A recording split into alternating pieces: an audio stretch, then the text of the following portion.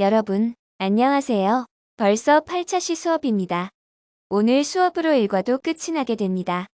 오늘 수업 진행은 지난 시간 과제 확인을 한 후에 일과에서 배운 내용을 다시 한번 살펴보는 것으로 이루어질 것입니다. 그리고 나서 새로운 단원인 3과를 살펴보도록 하겠습니다. 7차 시 과제부터 살펴볼까요? 7차 시 과제는 본문의 내용을 간단히 요약하는 문제였네요. 두 사람에 대한 간략한 내용이 있고 빈칸을 채우면 되는 문제였습니다. 우선 존 고더드부터 살펴봅시다. 빈칸에 무엇이라고 적으면 될까요? 적다라는 의미가 되도록 라이트 또는 풋을 적으면 되겠네요.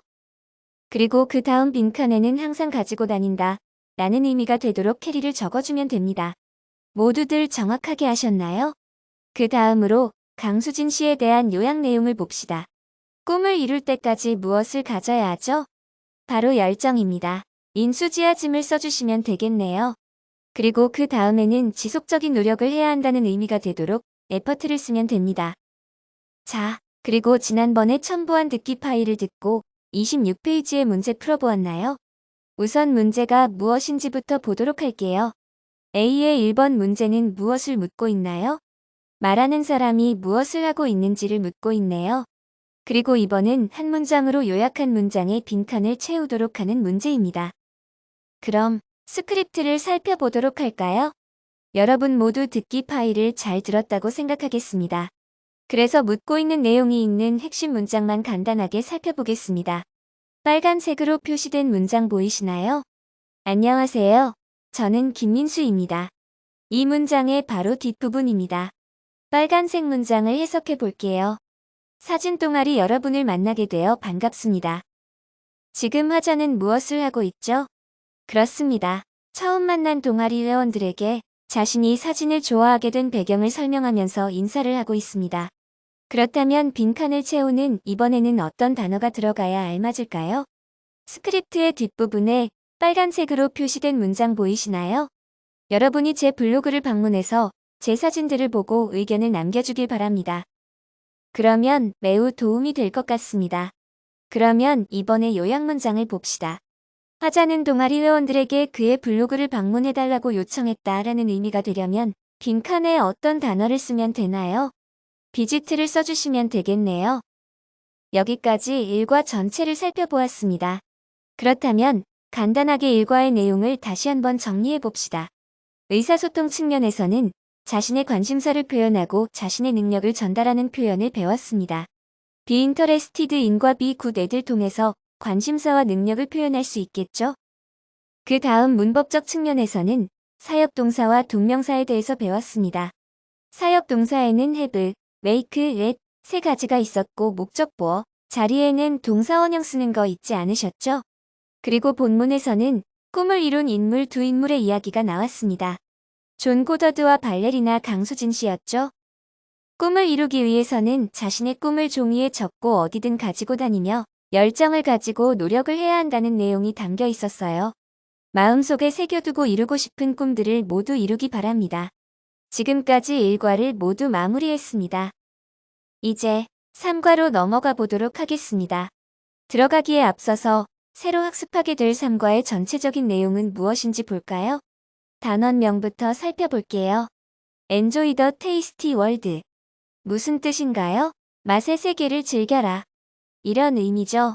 제목에서 짐작할 수 있듯이 이번 3과에서는 음식과 문화에 관련된 내용을 배우도록 할 거예요. 음식과 문화는 밀접한 관련이 있습니다. 그렇죠? 우리나라뿐만 아니라 세계 여러 나라의 전통 음식과 문화를 간접적으로 체험해보는 활동을 하게 될 거예요. 음식을 권하고 요청하는 표현을 알아보도록 하겠습니다. 1과에서 살펴본 관계대명사에 대해서 조금 더 깊게 배워보도록 할게요. 그리고 원 오브 더 최상급 복수명사에 대해서도 알아보도록 하겠습니다. 의사소통 표현부터 살펴볼까요? 첫 번째로 우리가 음식을 권할 때 사용하는 표현입니다. 지금 보고 있는 화면에는 어떻게 나와 있나요? Would you like to try some?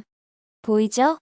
친구 또는 다른 사람에게 음식을 권할 때 이외에도 Do you want to try some? 이 표현을 사용하셔도 됩니다. some의 자리에 권하고 싶은 음식 이름을 넣어서 말하면 됩니다. 여기까지 이해가 되었나요?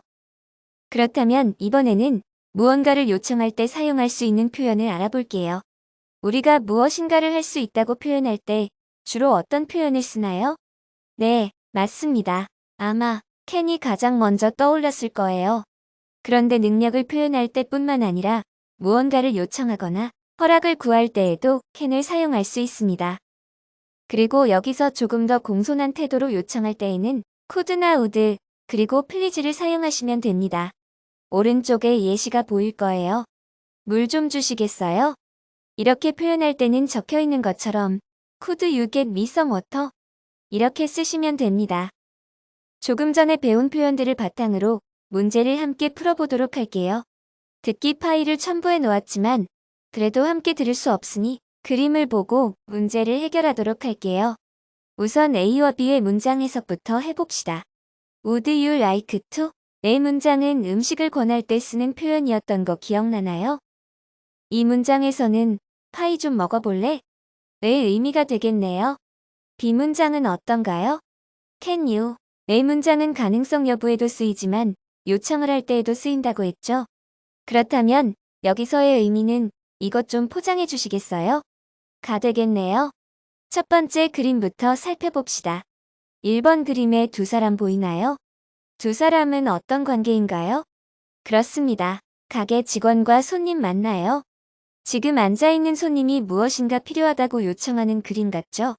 상자 그림인 걸로 봐서 앉아있는 손님이 먹고 남은 음식을 직원에게 포장해 달라는 요청을 하고 있는 것 같습니다. 그리고 이번 그림의 두 사람은 어떤 상황에 있나요? 그렇다면 A 문장이 적합하겠네요. 파이 좀 먹어볼래? 이렇게 권하고 있습니다. 다음 화면으로 넘어갈게요. 이번에도 스크립트를 보고 나서 문제를 풀어보아야겠습니다. B의 첫 문장부터 보면 내일이 바로 어머니의 생신이라고 하네요. 뭘 어떻게 해야 할지 의논 중인 것 같습니다. G의 문장을 보시면 How about making 보이나요? How about 은 무엇인가 제안을 할 때 쓰는 표현입니다. 당근 케이크를 만드는 건 어때? 라고 제안하자 좋은 생각이야.